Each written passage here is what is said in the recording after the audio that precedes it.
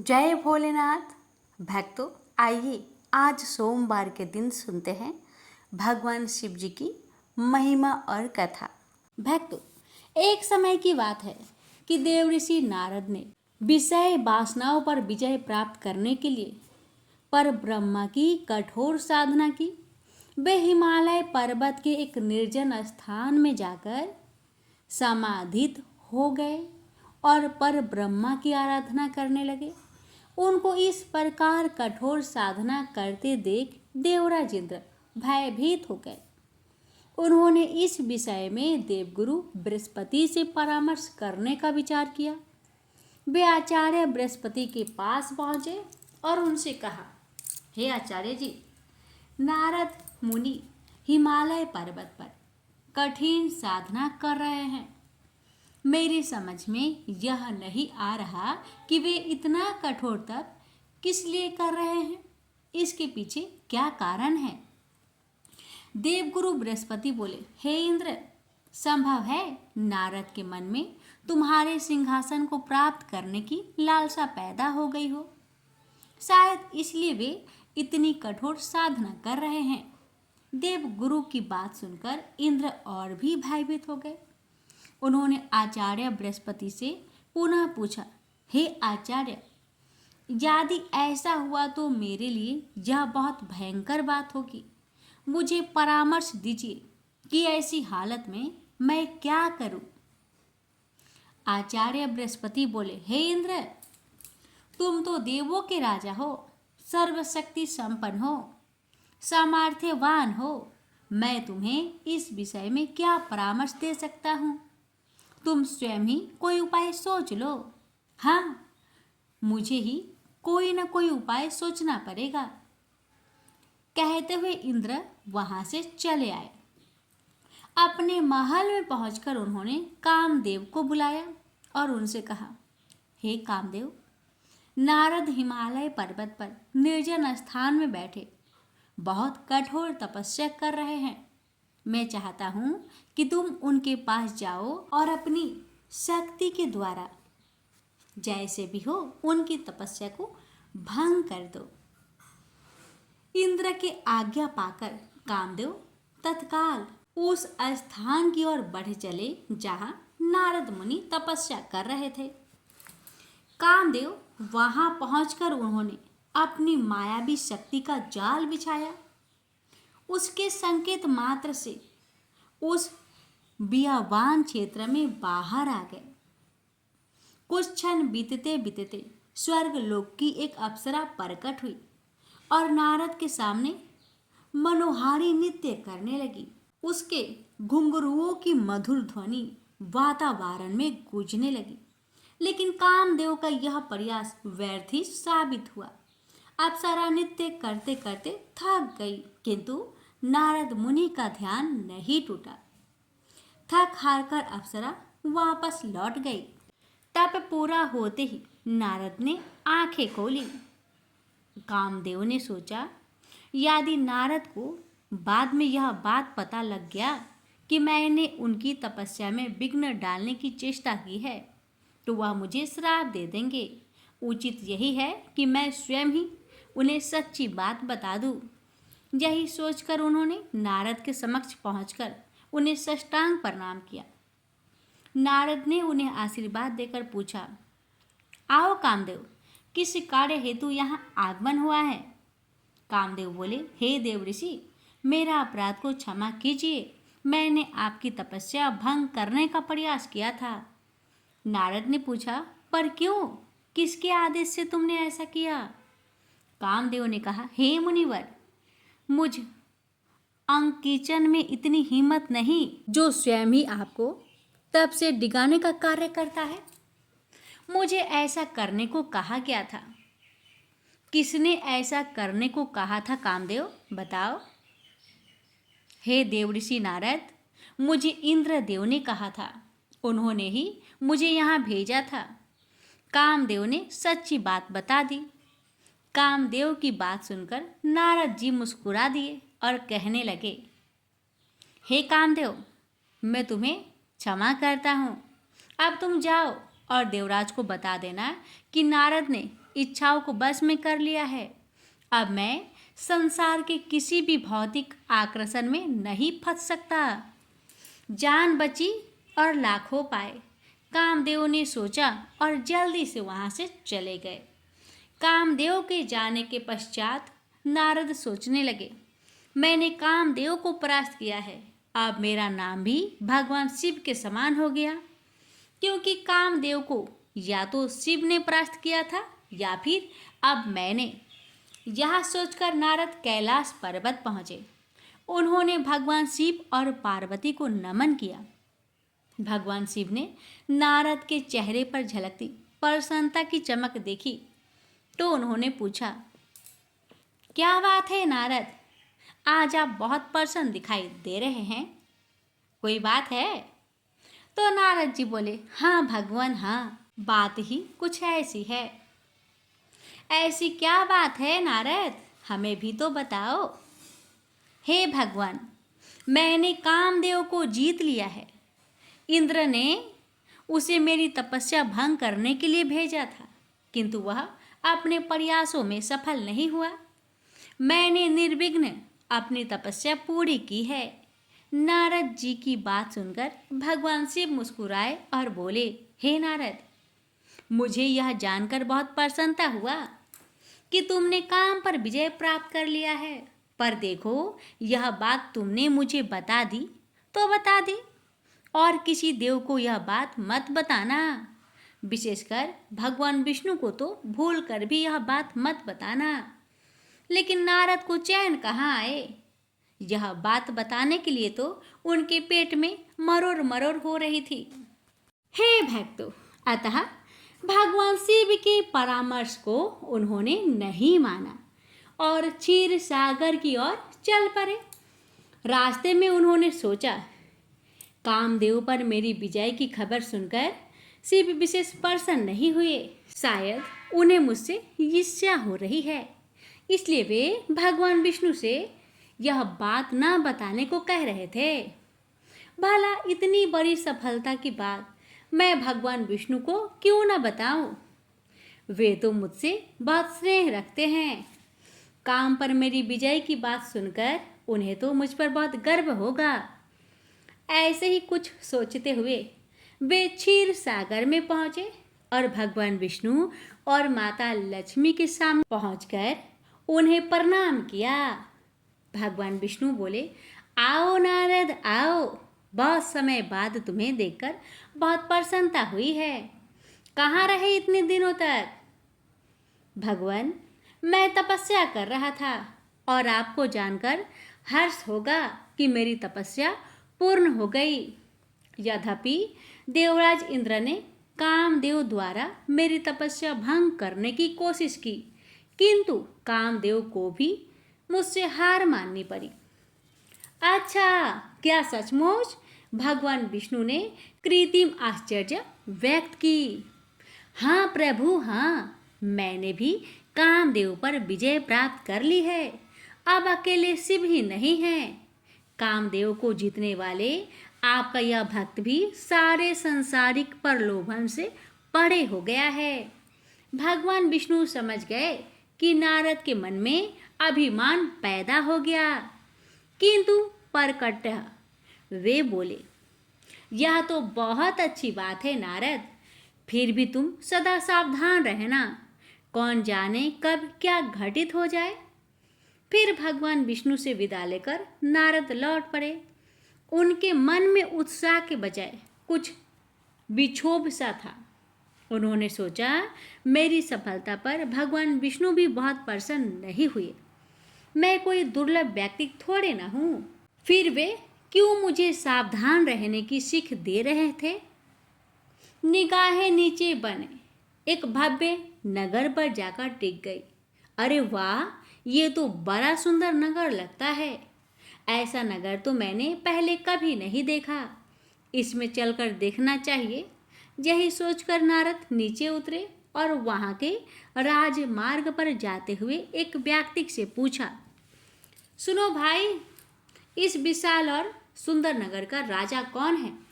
वो व्यक्ति बोला, आश्चर्य है, आप यहाँ के राजा को नहीं जानते? यहाँ के राजा का नाम है शीलनिधि। आप उनसे मिलना चाहते हैं तो उनके महल में चले जाइए। नारद राजमहल के दरवाजे पर पहुंचे तो उनके आगमन का समाचार सुनकर राजा शीलनिधि स्वयं बाहर आए और बड़े आदर सत्कार पूर्वक नारद को अपने महल में ले गए। तभी राजकुमारी भी वहां आ पहुंची।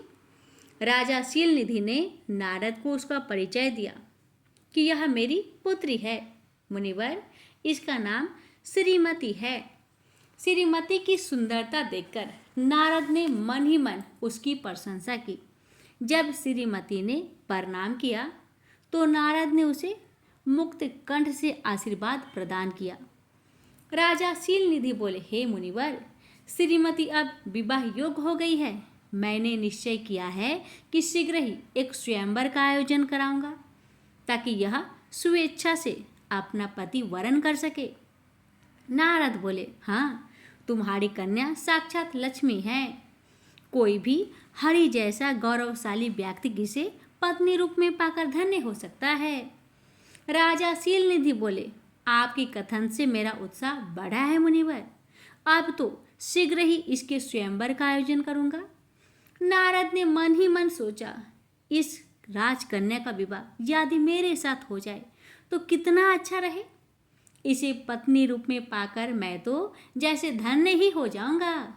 अगर यह मुझे प्राप्त हो जाए तो मैं पूरे ब्रह्मांड में स्वयं को सबसे भाग्यशाली पुरुष समझूंगा। पर मैं इसे प्राप्त कैसे करूं? राजा शीलनिधि का आतिथ्य सत्कार स्वीकार कर नारद उस नगर से बाहर गए और उन्होंने एक स्थान पर खड़े होकर भगवान विष्णु का स्मरण किया। अपने प्यारे भक्त की पुकार सुनकर भगवान विष्णु प्रकट हुए और बोले, हे नारद, क्या बात है? मुझे याद क्यों किया? नारद मुनि बोले, हे भगवान, मुझे हरि जैसा सुंदर मुख चाहिए। आप कृपा करके मुख हरि जैसा कर दीजिए। भगवान विष्णु ने तथास्तु कहा और वहां से अंतर्ध्यान हो गए। बस यही नारद से एक चूक हो गई। वरदान मांगते समय वे यह भूल गए कि हरि का एक अर्थ बानर भी होता है। भगवान विष्णु ने नारद का मुख बंदर जैसा बना दिया और क्योंकि नारद के पास उस समय अपना रूप देखने के लिए कोई उपकरण भी नहीं था, अतः वे अपना मुख नहीं देख सके। जिस समय नारद स्वयंवर स्थल में पहुंचे वहां अनेक देशों के राजा एवं राजकुमार उपस्थित थे। नारद मुनि बड़े ही विश्वास के साथ यह सोचते हुए कि अब तो वरमाला मेरे गले में ही पड़ेगी, जाकर एक आसन पर विराजमान हो गए।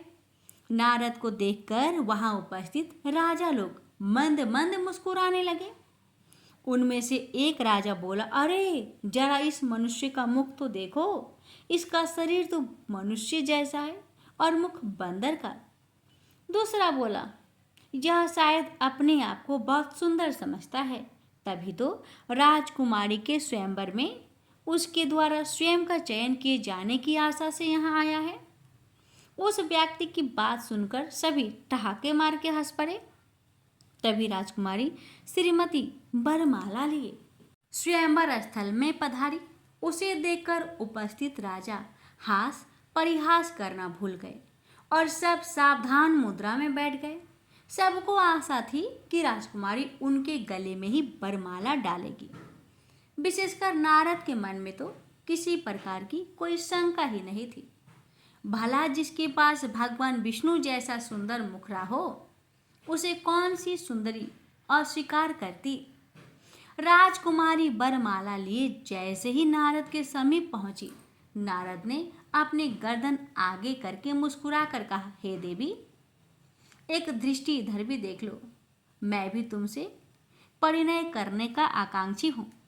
नारद की बात सुनकर राजकुमारी हंस पड़ी और बोली, तनिक अपने मुख को तो भी दर्पण में निहार लो बानर। यह कहकर उसने एक व्यंग भरी दृष्टि नारद पर डाली और उपेक्षा से उनकी ओर देखकर अपना मुख दूसरी ओर मोड़ लिया। राजकुमारी श्रीमती ने स्वयंवर स्थल में 2-3 चक्कर लगाए और फिर वरमाला हाथ में लिए एक और उदास भाव से खड़ी हो गई। तभी भगवान विष्णु ने स्वयंवर स्थल में प्रवेश किया, जिन्हें देखकर राजकुमारी का चेहरा खिल उठा। वह तेजी से आगे बढ़ी और वरमाला विष्णु के गले में डाल दी। नारद ने जब यह दृश्य देखा तो वे ईर्ष्या से जल उठे। वे विष्णु के पास पहुंचे और क्रोध भरे स्वर में बोले, हे भगवान, आपने मेरे साथ छल क्यों किया? मैंने आपसे आपके जैसा सुंदर मुख मांगा था और आपने मुझे बानर का मुख दे दिया। ऐसा धोखा मेरे साथ आपने क्यों किया? भगवान, यदि आपको स्वयं ही इस राजकुमारी से विवाह करना था तो मुझे पहले ही बता देते, मैं स्वयं ही इस प्रतियोगिता से बाहर हो जाता। अब श्री हरि ने नारद से कहा, हे नारद, मैंने तुम्हारे साथ किसी प्रकार का कोई छल नहीं किया। तुमने मुझसे हरि का मुख मांगा था, सो मैंने तुम्हें दे दिया। तुम तो संस्कृत के प्रकांड पंडित हो, फिर यह क्यों नहीं समझ सके कि हरि का अर्थ बानर भी होता है? अपनी गलती महसूस कर नारद के क्रोध में कुछ कमी आई। उन्होंने पूछा, अब क्या मेरा मुख जीवन भर इसी प्रकार का बना रहेगा भगवान? भगवान विष्णु बोले, नहीं, बस तुम थोड़ी देर के लिए अपनी आंखें बंद कर लो। नारद ने अपनी आंखें बंद कर ली। भगवान विष्णु पुनः बोले, अब अपनी आंखें खोलो और देखो कि सच क्या है। नारद ने अपनी आंखें खोली, इधर उधर दृष्टि घुमाई। अब वहाँ न राजा शीलनिधि था, न उसका कोई महल, न स्वयंवर, और न स्वयंवर में भाग लेने वाले आए प्रतियोगी। वे एक निर्जन स्थान पर खड़े थे और उनके सामने खड़े थे श्रीहरि विष्णु और माता लक्ष्मी।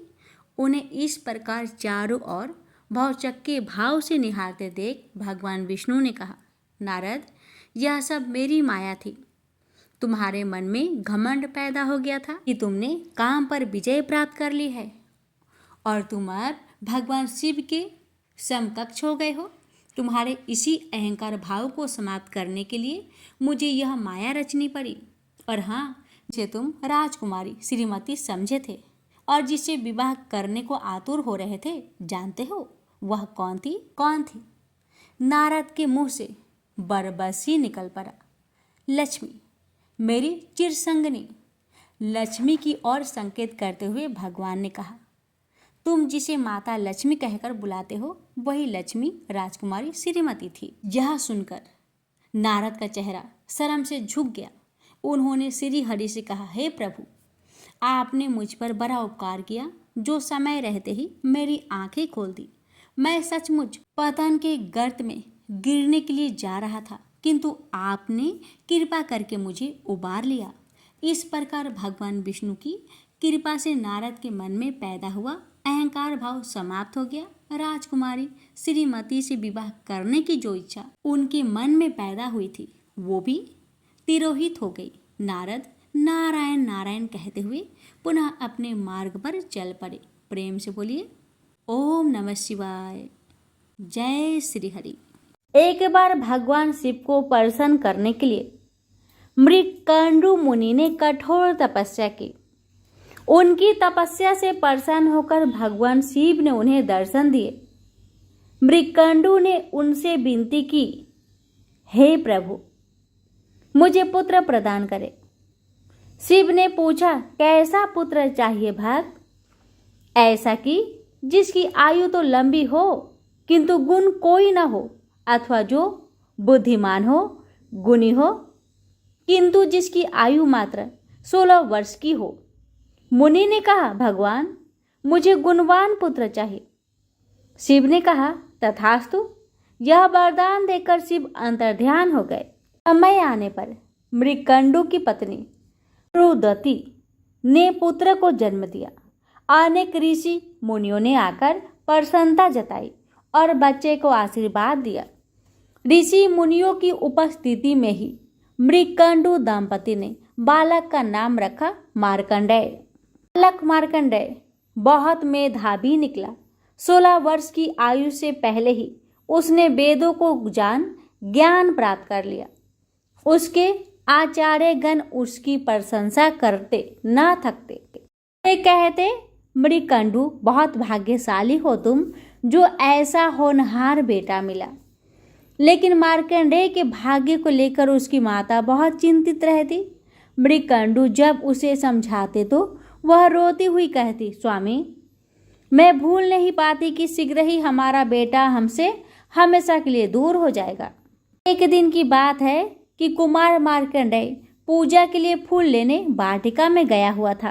लौटा तो उसने अपनी माता को रोते हुए देखा। समीप ही उदास भाव में उनके पिता बैठे हुए थे।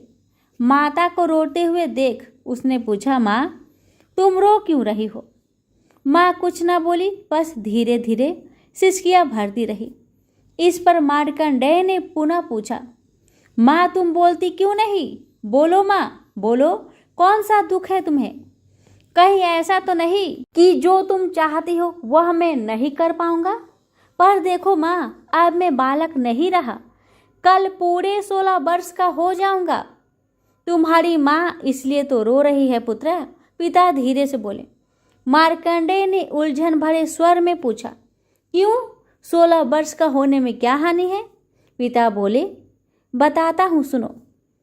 तब मृकंडू ने उसके जन्म से संबंधित बातें उसे बताई। सुनकर मार्कंडेय ने माता को धैर्य बंधाया और बोला, रो मत माँ, मैं नहीं मरूंगा। भगवान शिव मृत्युंजय है, मैं उनसे अमर तत्व का वरदान प्राप्त करूंगा। पिता ने आशीर्वाद देते हुए कहा, मेरे बच्चे, शिव की कृपा से तुम्हें सफलता मिले। मार्कंडेय माता पिता से आशीर्वाद लेकर वन में चला गया। जाते समय माता ने शिव से प्रार्थना की, हे सदाशिव मृत्युंजय, मेरा पुत्र आपके आश्रय में है, हे देव, इसकी रक्षा करना। अगले दिन प्रातःकाल मार्कंडेय ने सागर तट पर जाकर गीली मिट्टी से शिवलिंग बनाया, उस पर पुष्प चढ़ाया और शिव का ध्यान लगाकर बैठ गया। रात होने पर वह प्रभु के सामने नाचने और गाने लगा। तभी अचानक यमराज वहां आ पहुंचे। बोले, तुम्हारी आयु पूरी हुई है, इस संसार में चलने के लिए तैयार हो जाओ। मार्कंडेय बोले, थोड़े देर ठहरिए महाराज, तब तक मैं अपनी उपासना पूरी कर लेता हूँ। यमराज ने गुस्से में कहा, मूर्ख, क्या तू जानता नहीं कि मृत्यु किसी का इंतजार नहीं करती? मार्कंडेय ने कहा, कृपा कर मेरी उपासना में बाधा मत डालिए। मेरी उपासना पूरी होते ही आप मुझे अपने लोक ले चलना। यमराज और भी क्रोधित होकर बोले, मूर्ख, क्या तू समझता है कि शिव की शरण लेकर तू मुझसे बच पाएगा?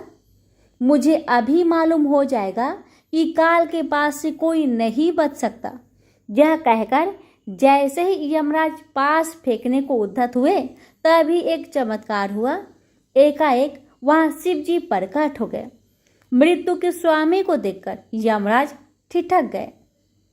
मार्कंडेय शिव के चरणों में गिर गया। शिव ने उसके मन की इच्छा तार ली और अमर तत्व प्रदान कर दिया। आगे चलकर मार्कंडेय को प्रलय काल में स्वयं हरि ने दर्शन दिए और अपना मुख खोलकर उन्हें समूचे ब्रह्मांड के दर्शन कराए। कहा जाता है कि वे आज भी विद्यमान हैं और तीर्थों में आते जाते रहते हैं, नए नए रूपों में। प्रेम से बोलिए हर हर महादेव।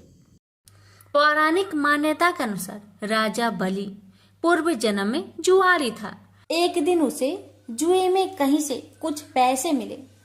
उन पैसों से उसने अपनी प्रियतमा वैश्या के लिए कुछ सुंदर माला, इत्र व चंदन खरीदा और कामातुर होकर उसने मिलने के लिए जल्दी जल्दी चला जा रहा था।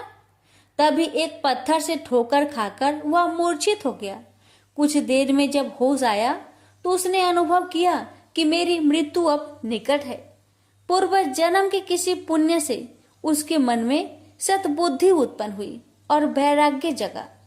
जुआरी ने कभी किसी महात्मा से सुना था कि कोई भी वस्तु शिव अर्पण कर देने से बहुत पुण्य होता है।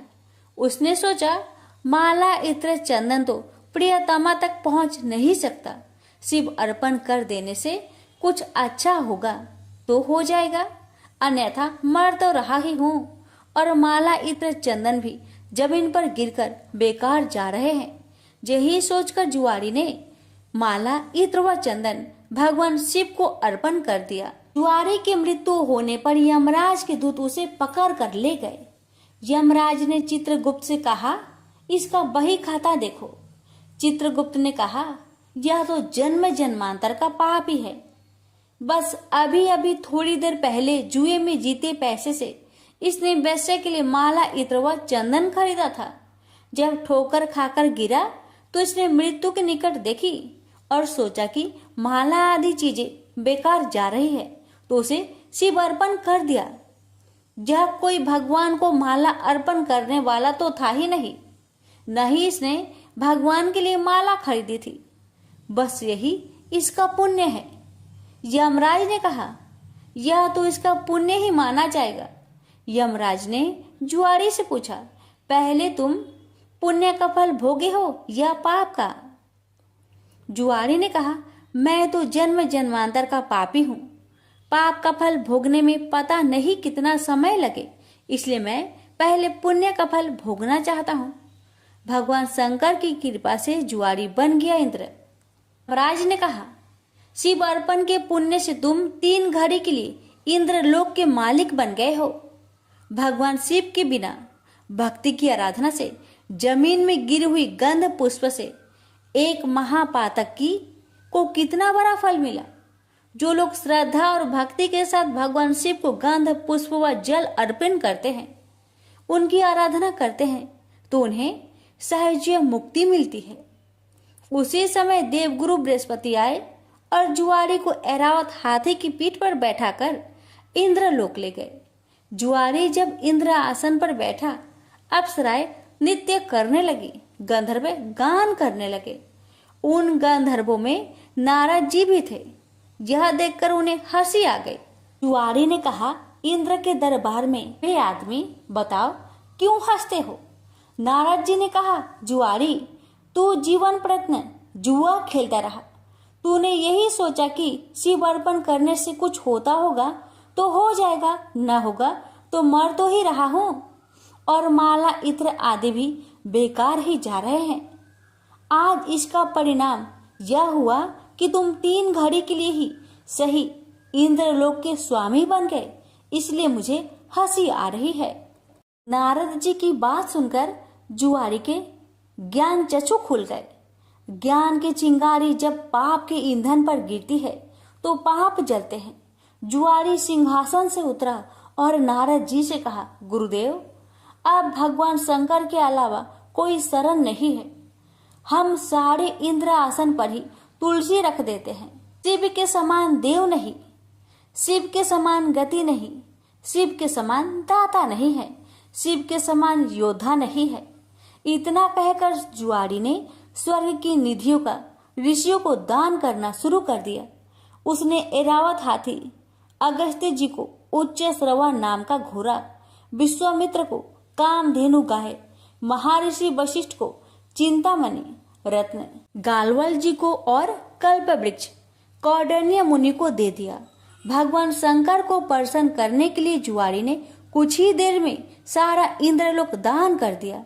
तभी 3 घड़ी बीत गई। वह फिर यमलोक पहुंचाया गया। जब इंद्र वापस आए तो अमरावती ऐश्वर्य शून्य थी। इंद्र स्वर्ग के सारे ऐश्वर्य ऐरावत हाथी, कामधेनु, परिजात पुष्प आदि को न देखकर क्रोधित हो गए और पूछने लगे, ये सब कहाँ चले गए? तब देवगुरु बृहस्पति बोले, सब कुछ जुआरी ने दान दे डाला। बड़ी भारी सत्ता मिलने पर जो परमार्थ में न पड़कर सत्कर्म में लगे रहते हैं, वे ही धन्य हैं। वे ही भगवान शंकर के प्रिय भक्त है। इंद्र स्वर्ग की निधियों को वापस लाने में अपने कार्य को सिद्ध करने के लिए देवगुरु बृहस्पति को लेकर यमराज के पास समयनीपुरी पहुंचे और जुआरी की शिकायत करने लगे। यमराज ने जुआरी से अपना पक्ष रखने को कहा। जुआरी ने कहा, हमको जो करना था हमने कर लिया, अब आपको जो करना हो वह आप कर लो। यमराज ने इंद्र से कहा, आप बूढ़े हो गए हैं, किंतु अभी तक आपके राज्य से संबंधित आसक्ति दूर नहीं हुई है। जुआरी का पुण्य आपके 100 यज्ञों से ही कहीं महान है। जाइए ऋषियों के चरणों में पड़कर या धन देकर अपने रत्न लौटा लीजिए। यमराज ने जुआरी से कहा, दान का पुण्य भूलोक में ही होता है, स्वर्ग में दान नहीं करना चाहिए, इसलिए तुझे नरक की यातना भोगनी ही होगी। तब चित्रगुप्त ने यमराज से कहा, इसने भगवान शिव के नाम पर ऐसे उत्तम ऋषियों को इतनी बहुमूल्य वस्तुएं दी है, तब इसे नरक की यातना क्यों भोगनी पड़ेगी? शिव के नाम पर स्वर्गलोक, मृत्युलोक या कहीं पर भी कुछ दिया जाए तो उसका अच्छा फल मिलता है। इसके जितने भी पाप थे वे सब भगवान शिव के प्रसाद से भस्म होकर पुण्य में परिणित हो गए हैं। यमराज सोचने लगे, अब ये जुआरी नरक नहीं जाएगा, अब तो यह इंद्र ही होगा, क्योंकि इस बार तो इसने विधिवत पूरा इंद्र लोक ही दान कर दिया है। उसी पुण्य के प्रभाव से वही जुआरी अगले जन्म में महान भक्त प्रहलाद का पुत्र राजा बलि हुआ।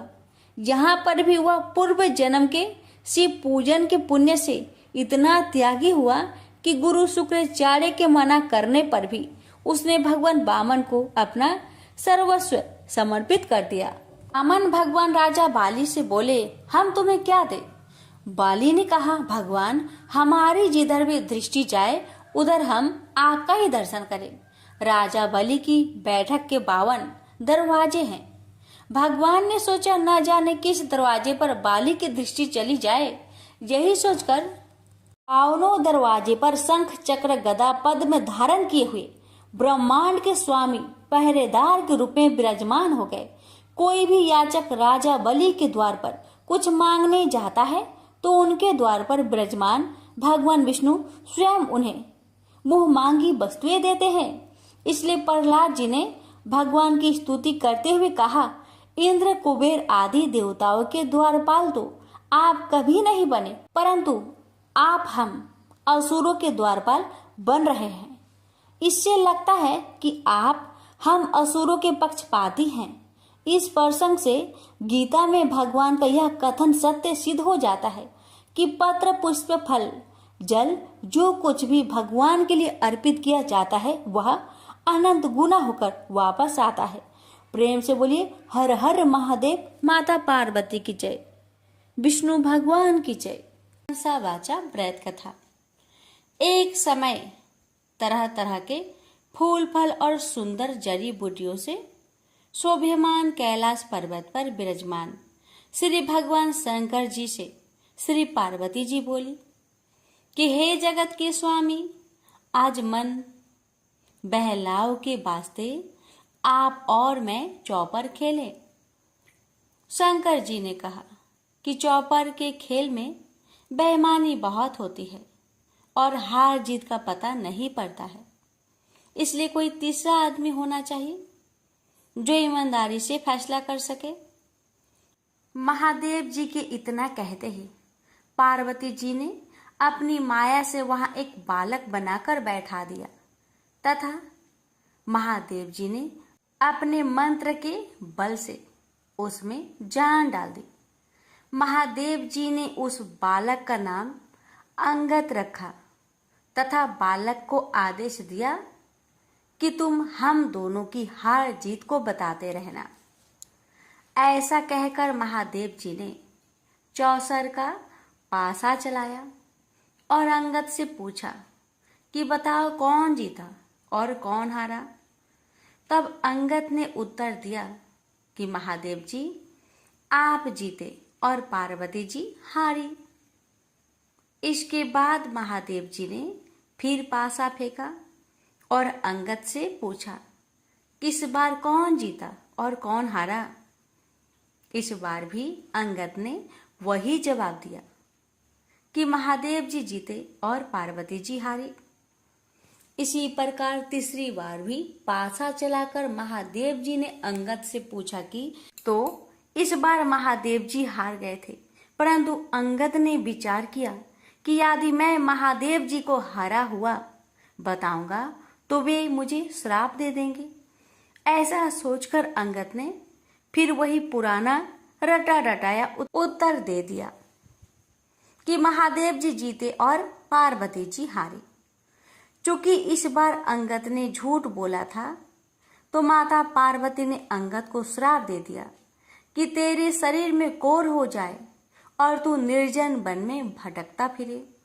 उसी समय अंगद को कोढ़ हो गया और वह भटकता हुआ किसी सुनसान वन में जा पहुंचा। वहां जाकर उसने देखा कि ब्राह्मणी, इंद्राणी आदि देवताओं की स्त्रियां व्रत के निमित्त महादेव जी की पूजा कर रही है। उनको पूजा करते देखकर अंगद ने उनसे पूछा कि आप यहाँ क्या कर रही है। तब उन देवियों ने अंगद को बताया कि हम तो मानसा बाचा नाम से प्रसिद्ध महादेव जी की पूजा कर रहे हैं, यानी कि अपने मन तथा वाणी को बस में करके, अर्थात सभी जगह से मन हटाकर और शिव पार्वती में ही अपना मन लगाकर पूजा कर रही हैं। इसलिए इस व्रत का नाम भी मनसा बाचा व्रत रखा गया है। इसके पश्चात उस बालक अंगद ने पूछा कि इस व्रत के करने से क्या फल होता है। अब उन देवियों ने उत्तर दिया कि इस व्रत को करने से सारी मनोकामनाएं पूर्ण हो जाती है। तब अंगद ने कहा कि मैं भी इस व्रत को करना चाहता हूं, यदि आप इसकी विधि मुझे बता सके तो आपकी बड़ी कृपा होगी।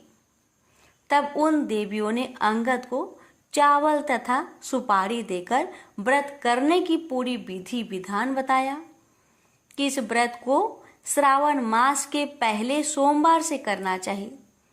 उस दिन कंवारी कन्या से 2.5 पूनी सूत कटवाकर उसका डोरा बनाए। उस डोरे की तथा महादेव जी की पूजा जब तक कार्तिक सुदी चौथ नहीं आए तब तक प्रति सोमवार को करते रहना चाहिए। साथ ही व्रत भी रखना चाहिए। जब कार्तिक सुदी चौथ आए तो उस दिन उद्यापन करना चाहिए। उद्यापन में 1.25 सेर घी, 1.25 सेर गुड़ तथा 4.25 सेर आटा लेकर चूरमा बनाए। इस चूरमे के लड्डू बनाकर उसके 4 समान भाग कर ले। इनमें से एक भाग महादेव जी के चढ़ाए, एक भाग किसी ब्राह्मण या नाथ को दे, एक भाग गाय को दे तथा बाकी बचे भाग स्वयं को भोजन करे। इस व्रत का उद्यापन कोई भी करे, वह चाहे राजा हो या रंक, सबको इतना ही सामान लेना चाहिए। यदि व्रत करने वाला मनुष्य या स्त्री चौथे भाग को पूरा ना खा सके तो पहले से ही उसमें से निकालकर किसी को दे दे। जिस प्रकार की अनंत भगवान का डोरा पहना जाता है, उसी प्रकार जो डोरा बनाया था उसे स्वयं धारण कर ले और उद्यापन के पश्चात उस डोरे को जल में पधरा दे। इस प्रकार अंगद भी प्रति वर्ष मनसा महादेव का व्रत करने लगा। उसके व्रत करते हुए 4 वर्ष हो गए। तब व्रत के प्रभाव से पार्वती जी के हृदय में दया उत्पन्न हुई और उन्होंने महादेव जी से पूछा कि महाराज, जिस बालक को मैंने श्राप दिया था उसका कुछ पता नहीं है कि उसको किसी ने मार तो नहीं दिया। तब तीनों लोगों की सभी बातें प्रत्यक्ष रूप से जानने वाले श्री महादेव जी ने पार्वती जी से कहा कि वह तो जीवित है। इसके पश्चात पार्वती जी ने महादेव जी से कहा, हे नाथ, ऐसा कोई व्रत हो तो बताइए जिससे कि मेरा वह मानसिक पुत्र फिर से मुझे मिल जाए। तब महादेव जी ने कहा कि श्रावण सुदी के पहले सोमवार के दिन कंवारी कन्या से 2.5 पूनी सूत कटवाकर उसका डोरा बनाना और उसे केसर आदि में रंग कर उसमें 4 गांठे देकर सुपारी पर लपेटकर ताम्र पात्र में रखकर उसे शिव रूप मानकर उसकी तथा शिव जी की पूजा करना। कार्तिक सुदी चौथ के दिन इस व्रत का उद्यापन करना, जिसमें 1.25 सेर घी, 1.25 सेर गुड़ और 4.25 सेर आटा लेकर उसका चूरमा बनाना तथा उस चूरमे के 4 भाग करना, जिनमें से एक भाग शिव जी की अर्पण करना, दूसरा भाग ब्राह्मण को देना, तीसरा भाग गाय को तथा चौथा भाग स्वयं भोजन के रूप में ग्रहण करना। सभी को इसी मात्रा में समान लेना चाहिए, न तो समान इससे अधिक होना चाहिए तथा न ही इससे कम। महादेव जी से यह विधि सुनकर पार्वती जी ने भी यह व्रत किया तथा व्रत के प्रभाव से अंगद कोढ़ रहित हो गया और वह अपनी माता के पास बिना बुलाए ही चला गया। उसे आता देखकर पार्वती जी प्रसन्न होकर हंसने लगी। तो अंगद ने पूछा कि हे मातेश्वरी, आप मुझे देखकर हंस क्यों रही हो? तब पार्वती जी ने कहा, हे पुत्र, मैं इस व्रत के प्रभाव को देखकर हंस रही थी। यह तुम्हारे पिताजी का बताया हुआ मनसा बाचा का व्रत है। यह व्रत मैंने किया, तभी तो तुम ठीक होकर मेरे पास आ गए हो। इस बात को सुनकर अंगद ने कहा कि हे माता, मैंने भी यह व्रत किया था, इसी से मेरा कोढ़ भी मिट गया। तब पार्वती जी ने कहा कि हे पुत्र, अब तेरी क्या इच्छा है वह बता। तब उस पुत्र ने कहा कि हे जगत जननी माँ, मुझे उज्जैन नगरी का राज्य करने की और वहां की राजकुमारी से ब्याह करने की इच्छा है। पुत्र के इतना कहते ही पार्वती जी ने उससे कहा कि जा, तुझे उज्जैन का राज्य मिल जाएगा, तू फिर से इस मांचा बाचा के व्रत को कर। इस प्रकार अंगद ने पुनः 4 वर्ष तक यह व्रत किया, तब उसे उज्जैनी का राज्य मिल गया।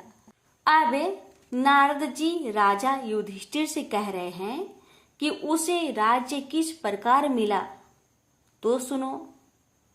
उज्जैन के राजा रानी वृद्ध हो गए थे, उनके कोई पुत्र नहीं था, केवल एक राजकुमारी थी। इसलिए राजा रानी ने सोचा कि इस कन्या का विवाह किसी राजकुमार से करके उसको राज्य दे देंगे। ऐसा निश्चय कर उन्होंने एक स्वयंवर रचा, जिसमें कई देशों के राजकुमार आए। तब वहां के राजा ने एक हथिनी को श्रृंगार करा के पूजा करके हाथ जोड़कर कहा कि हे हथिनी, तुम देव स्वरूपा हो, तुम यह माला लो और जो भी इस राज्य को संभालने में सक्षम हो तथा राजकुमारी के लायक वर हो, उसे यह माला पहना दो। किसी मामूली मनुष्य को यह माला मत पहना देना। पार्वती जी का पुत्र अंगद भी देवलोक से उज्जैन नगरी पहुंचा, तो वह भी स्वयंवर देखने के लिए राजा के वहां चला गया। हथनी ने उसे देखकर उसके ही गले में माला डाल दी। यह सब देखकर स्वयंवर में आए लोगों ने कहा कि ये तो हथनी की भूल है, क्योंकि यह बालक कोई राजकुमार नहीं है। ऐसा कहकर उन लोगों ने उस लड़के को दूर हटा दिया और पुनः वह माला हथिनी को दे दी और उससे प्रार्थना की कि हे माता, जो इस राज्य के लायक हो उसको ही माला पहनाना। परंतु दूसरी बार भी हथनी ने उस बालक के पास जाकर उसी के गले में माला डाल दी। जहाँ सब देखकर वहां उपस्थित लोग कहने लगे कि हथनी ने हठ पकड़ ली है। इतना कहकर उन्होंने उस बालक को मार पीट कर दरवाजे से बाहर निकाल दिया एवं पुनः हथिनी पर गणपति की मूर्ति स्थापित करके वही प्रार्थना की। वह हथिनी देवरूपी थी, इसलिए वह दरवाजे के बाहर निकली और उस बालक को ढूंढकर तीसरी बार भी उसी के गले में माला डाल दी। तब राजा ने नगर सेठ को बुलाकर कहा कि तुम इस बालक को यहाँ से ले जाओ और बारात सजाकर इसे हमारे यहाँ ले आओ। राजा की आज्ञा मानकर सेठ अंगद को वहां से ले गया। इतनी देर में राजा ने भी पंडित को बुलाकर लगन का दिन निश्चय करवाया और अपनी कन्या का विवाह उस बालक के साथ कर दिया। इतना ही नहीं, राजा ने अपने खर्चे के लिए थोड़े से गांव रखकर अपना सारा राज्य ही अपनी बेटी को कन्यादान में दे दिया। विवाह के पश्चात अंगद और राजकुमारी महल में गए। अब अंगद उज्जैन नगरी का राजा तथा राजकुमारी वहां की रानी बन चुकी थी। एक दिन रानी ने राजा से पूछा कि हे पतिदेव, आप अपनी जात और नाम तो बताइए। इस पर अंगद ने उत्तर दिया कि मेरा नाम अंगद है, भगवान महादेव मेरे पिता और पार्वती मेरी माता है। तब राजकुमारी ने कहा कि महाराज, इस बात को तो मृत्यु लोक के लोग मानेंगे नहीं, आप मुझे सत्य सत्य बताइए। तब अंगद ने अपनी जन्म की सारी कथा रानी को बताई कि किस तरह चौसर खेल में साक्षी बनने के लिए माता पार्वती ने अपनी माया से उसे बनाया था और महादेव जी ने अपने मंत्र बल से उसे सजीव रूप दिया। फिर पार्वती जी ने उसे श्राप दिया और इंद्राणी आदि देवियों ने उसे मनसा वाचा व्रत बताया, जिसको 4 वर्ष तक करने के फलस्वरूप वह अपने माता पिता के पास वापस पहुंचा। उसे पार्वती जी ने गले लगाया और कहा कि अब तुम्हारी क्या इच्छा है। तब उसने अपनी माता से कहा कि उसे उज्जैनी के राजा बनने की इच्छा है। तब पार्वती जी के कहने पर उसने फिर से 4 वर्ष तक मनसा वाचा नाम से प्रसिद्ध अपने पिता शिव जी का व्रत किया तथा इसी व्रत के प्रभाव से आज उसे उज्जैन के राज्य और उसके जैसी रानी मिली। इतना सुनकर रानी ने कहा कि हे महाराज, मैं तो पुत्र, धन तथा राज्य का सुख चाहती हूँ। तब अंगद ने अपनी रानी को वही मनसा वाचा का शिव जी का व्रत बता दिया और कहा कि बिना मेरे वह गर्भवास के तेरे पुत्र होगा। ऐसा कहकर अंगद जी पुनः कैलाश चले गए। पति की आज्ञा अनुसार राजकुमारी ने 4 वर्षों तक महादेव जी का यह उत्तम व्रत किया। इससे महादेव जी प्रसन्न हो गए। एक दिन रानी ने अपने दासी से कहा कि जा ऊपर जाकर जल की झाड़ी ले आ, मैं दातुन करूंगी। दासी ऊपर गई तो वहां जाकर क्या देखती है कि सोने की पालकी में एक छोटा सा सुंदर बालक सो रहा है और मुख में अंगूठा चूस रहा है। दासी ने रानी को जाकर जब यह बात बताई तो रानी ने तुरंत जाकर बालक को अपनी गोद में उठा लिया और भगवान शंकर जी से प्रार्थना की कि हे प्रभु, यदि आपने मुझे यह बालक दिया है तो मेरे स्तनों में से दूध की धारा भी निकलनी चाहिए। रानी के इतना कहते ही उसके स्तनों में दूध आ गया। इस प्रकार वह बालक बड़ा होने लगा। रानी ने उस बालक का नाम फूलकवर रखा। एक दिन फूलकवर ने अपनी माँ से पूछा कि हे माँ, मेरे पिता कौन हैं और उनका क्या नाम है। तब रानी ने अपने पुत्र से कहा कि तेरे पिता तो अंगद जी है और महादेव जी, पार्वती जी तेरे दादा दादी हैं। तब फूलकवर ने अपनी माता से कहा कि इस बात को तो मृत्यु लोक में कोई नहीं मानेगा। इस पर रानी ने फूलकवर को वही सारी कथा सुनाई जो अंगद जी ने रानी को सुनाई थी और यह भी बताया कि किस तरह से उसका विवाह अंगद जी के साथ हुआ था। परंतु चूंकि अंगद जी की मृत्यु लोक में रहने की अवधि कुछ ही दिन की थी, इसलिए वे तो अपने माता पिता के पास कैलाश चले गए। परंतु उनके बताए हुए व्रत को 4 वर्ष तक करने के पश्चात बिना गर्भवास के ही उसके रानी के पुत्र के रूप में जन्म लिया है।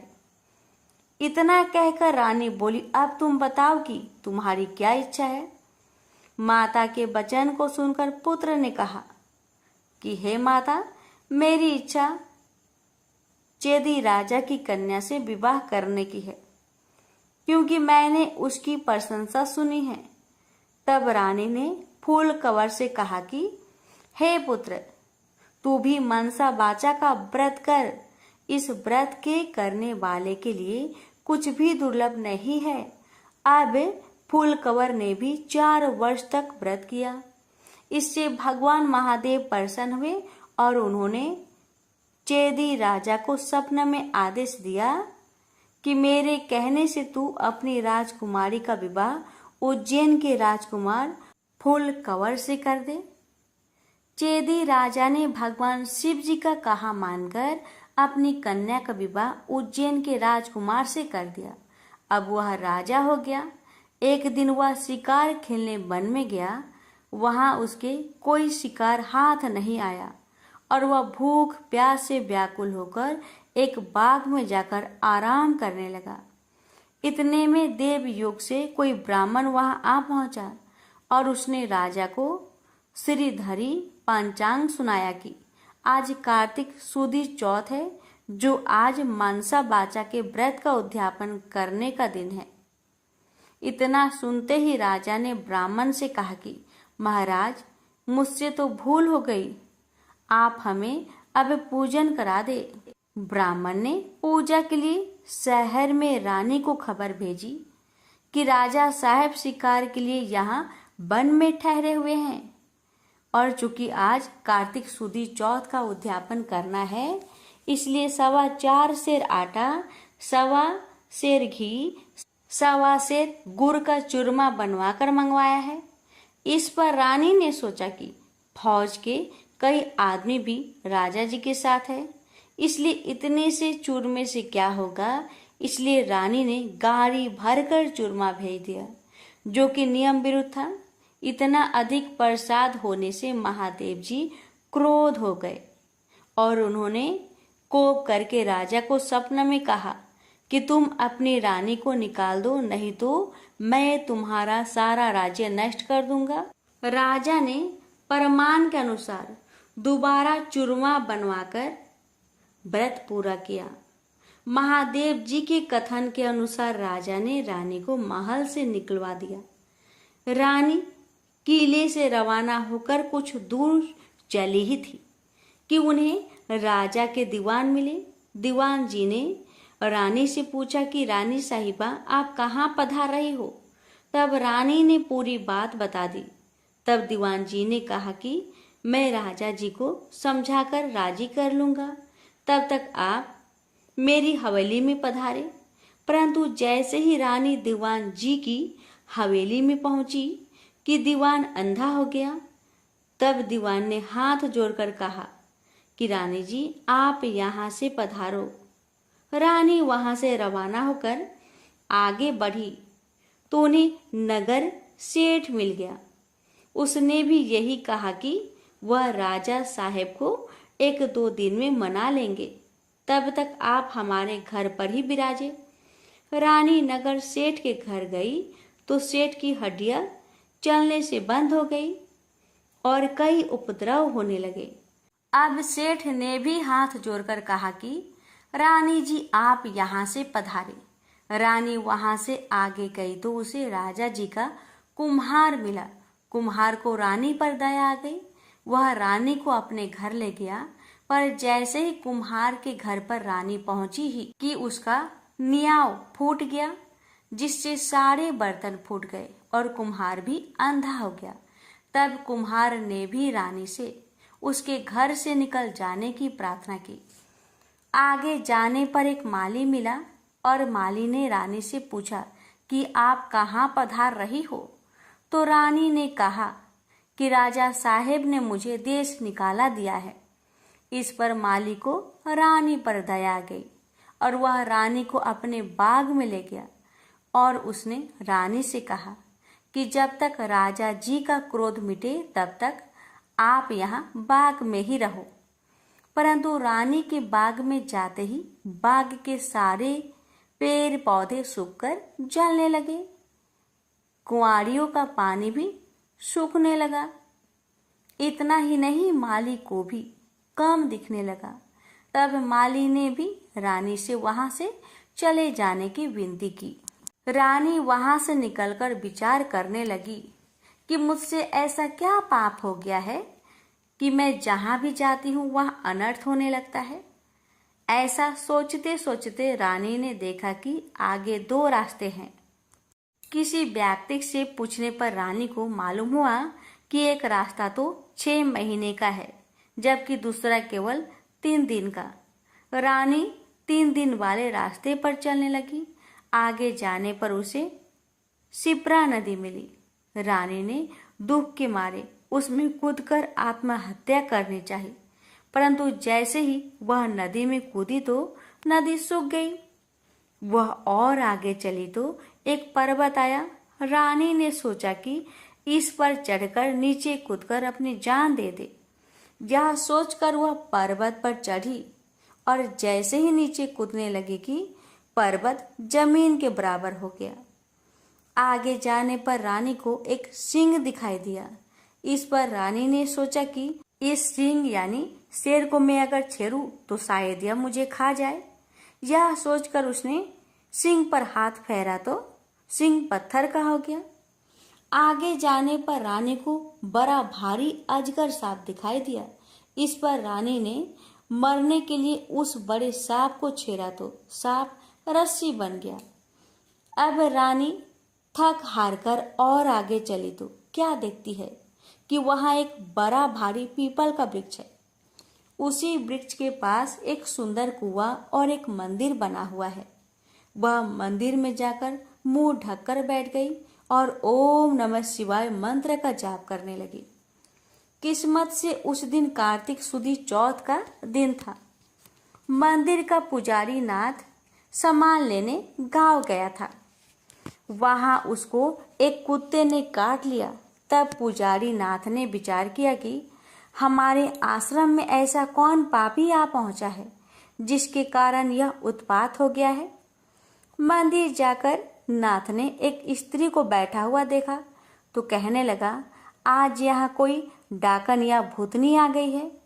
तब रानी ने विनय पूर्वक कहा कि महाराज, मैं ना तो डाकन हूँ और ना ही भूतनी, मैं तो मानवी हूँ। आकाश की घेरी और जमीन की झेली हुई एक दुखी स्त्री। यदि आप मुझे धर्म की बेटी बनाओ तो मैं आपको अपना सारा भेद कहूँ। नाथ ने यह स्वीकार कर लिया तो रानी ने अपना सारा भेद कह दिया। अब वह वहां से जाने लगी तो चल नहीं सकी। तब पुजारी नाथ ने उद्यापन का एक लड्डू उसे खाने को दे दिया। लड्डू को हाथ में देखते ही रानी को व्रत याद आ गया। नाथ ने भी बता दिया कि आज कार्तिक सुदी चौथ है और यह मनसा बाचा के व्रत का प्रसाद है। इसका नियम है कि राजा हो तो भी अधिक प्रसाद ना बनाए और गरीब हो तो भी कम ना बनाए। यह एक भाग का लड्डू है। तब रानी के समझ में आ गया कि उसने प्रसाद का चूरमा ज्यादा भेजा था, इससे महादेव जी उससे क्रोध हो गए हैं। ऐसा विचार कर रानी ने पुजारी नाथ से प्रार्थना की कि हे महाराज, इस व्रत को अब मैं भी करना चाहती हूँ। तब नाथ ने कहा कि श्रावण सुदी चौथ आ रही है, इस दिन से तुम व्रत शुरू करो। फिर नाथ जी ने कंवारी कन्या से पूनी कतवाकर उसका डोरा बना दिया। पूजन का सामान लाकर सोमवार के सोमवार रानी व्रत और पूजन करती रही।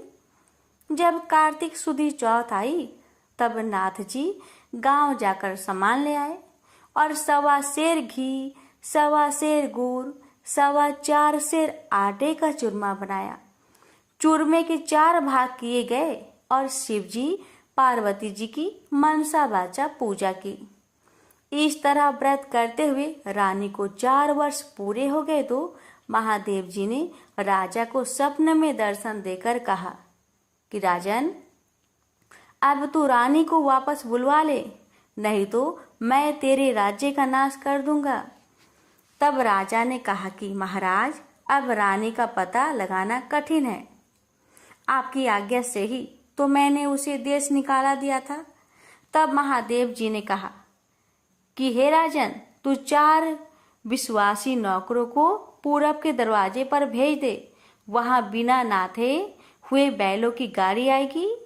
वह गाड़ी वही जाकर ठहरेगी जहां पर तुम्हारी रानी है। प्रातःकाल होते ही राजा ने अपने 4 विश्वास पात्र आदमी पूरब की ओर भेज दिए। आगे बिना नथे हुए बैलों की गाड़ी आई और वे चारों उसमें बैठ गए और वे उसी मंदिर पर पहुंच गए जहां पर रानी थी। रानी को पहचानकर सेवकों ने कहा कि हे रानी जी, अब आप पधारिए। राजा साहब ने आपको बुलाया है और इसी कार्य के लिए हमको यहाँ भेजा है। तब रानी ने नाथ जी को कहा कि मैं आपकी धर्म की बेटी हूँ, इसलिए आप मुझे सीख देकर भेजिए। तब नाथ जी ने मिट्टी के हाथी घोरा हुआ पालकी बनाकर मंत्र के छींटे दिए, जिससे वे सच्चे हाथी घोड़ा पालकी बन गए।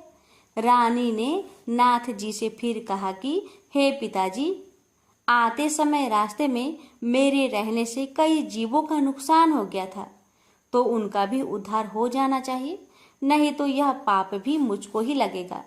तब नाथ जी ने शिव जी के निर्माल्य स्नान कराए जल की एक झाड़ी भर दी और कहा कि बेटी, तू इस जल का छींटा ओम नमः शिवाय कहकर डाल दी जाना, तो सारे पाप निवृत्त हो जाएंगे।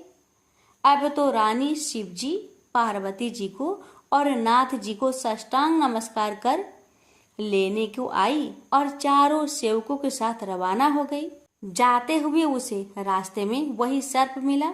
तब रानी ने शिव जी से प्रार्थना की कि हे प्रभु, मेरे पाप से यह सर्प रस्सी बन गया था, अब यह फिर से सर्प हो जाए। ऐसी प्रार्थना कर झाड़ी के जल के छींटे दे दिए, जिससे वह पहले के समान सर्प बन गया। आगे उसे वही सिंह मिला जो पत्थर का होकर पड़ा था। उसके भी रानी ने झाड़ी के जल के छींटे दिए, तो वह जीवित होकर जंगल में भाग गया। आगे चलने पर वह पर्वत आया जो जमीन के बराबर हो गया था। प्रार्थना करके जल के छींटे देने से वो भी पहले जैसा पर्वत हो गया। आगे जाते जाते वह नदी आई जो सूख गई थी। रानी ने शिव जी का ध्यान कर जल के छींटे दिए, जिससे वह भी गहरे तथा स्वच्छ जल वाला नदी फिर से हो गया।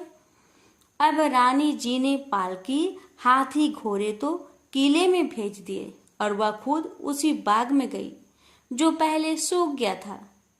बागवान ने कहा कि रानी जी, आप फिर क्यों आ रही हो? पहले ही आपके आने से यह बाग उजड़ गया था। पर रानी के समझाने पर माली ने फाटक खोला।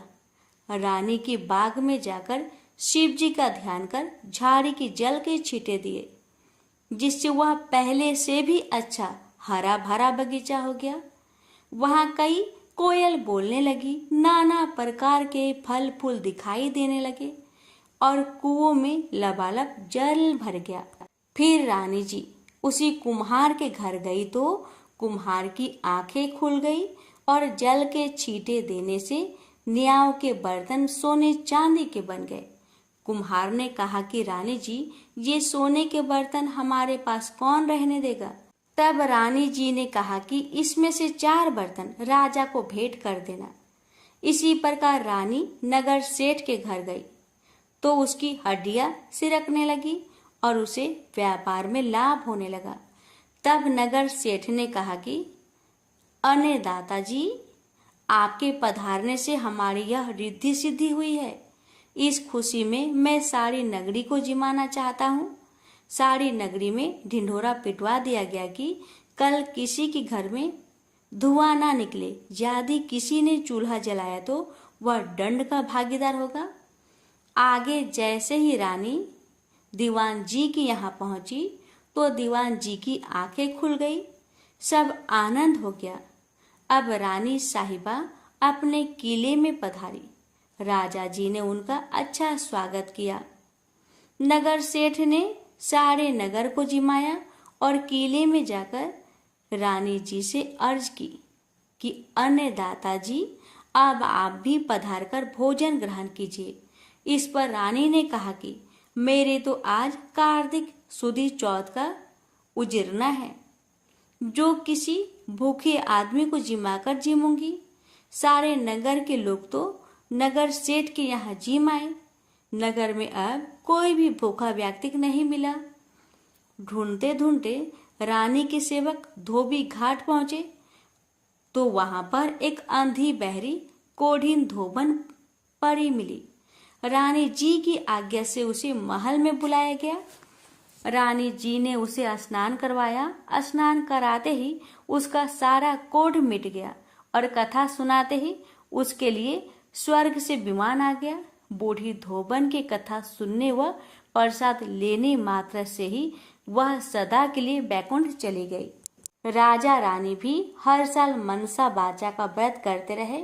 वे संसार के सब प्रकार के सुखों को भोगते रहे और पुत्र को राजगद्दी देकर अंतकाल में शिवलोक में गए। इस प्रकार मनसा बाचा भगवान शिव जी पार्वती जी के व्रत करने की भारी महिमा है। श्रावण सुदी सोम से कार्तिक सुदी चौथ तक का यह व्रत सब मनोवांछित फल को देने वाला है। इस मनसा बाचा के व्रत को करने वाले मनुष्य की सभी कामनाएं शिव जी महाराज पूर्ण कर देते हैं। पुत्र नहीं हो या होकर जीवित नहीं रहता हो तो इस व्रत के करने से स्त्री पुत्र का सुख अवश्य प्राप्त करती है। इसी प्रकार पुरुष को स्त्री का और स्त्री को पति का सुख सौभाग्य प्राप्त होता है। जिसकी कमाई धंधा ना हो तो इस व्रत के करने से शिव शंकर भगवान उसे जीविका प्रदान करते हैं। प्रेम से बोलिए जय भोले शंकर, जय पार्वती माता। हे भोलेनाथ, यदि कथा कहने या सुनाने में मुझसे मन वचन या कर्म से कोई त्रुटि हो गई हो तो हे त्रिपुरारी कृपया उसे क्षमा करें। मैंने अपने श्रद्धा और सामर्थ्य अनुसार आपकी व्रत कथा का वाचन किया है। यदि उच्चारण में, शुद्धता में या भावना में कोई कमी रह गई हो तो हे नीलकंठ उसे क्षमा करें। आपकी कृपा सदा मुझ पर बनी रहे और कथा सुनने वाले समस्त भक्तों पर भी आपकी असीम कृपा और आशीर्वाद बना रहे। उसके जीवन में सुख, शांति, आरोग्यता और शिव भक्ति बनी रहे। यही मेरी सच्चे हृदय से प्रार्थना है। हर हर महादेव। ओम नमः शिवाय।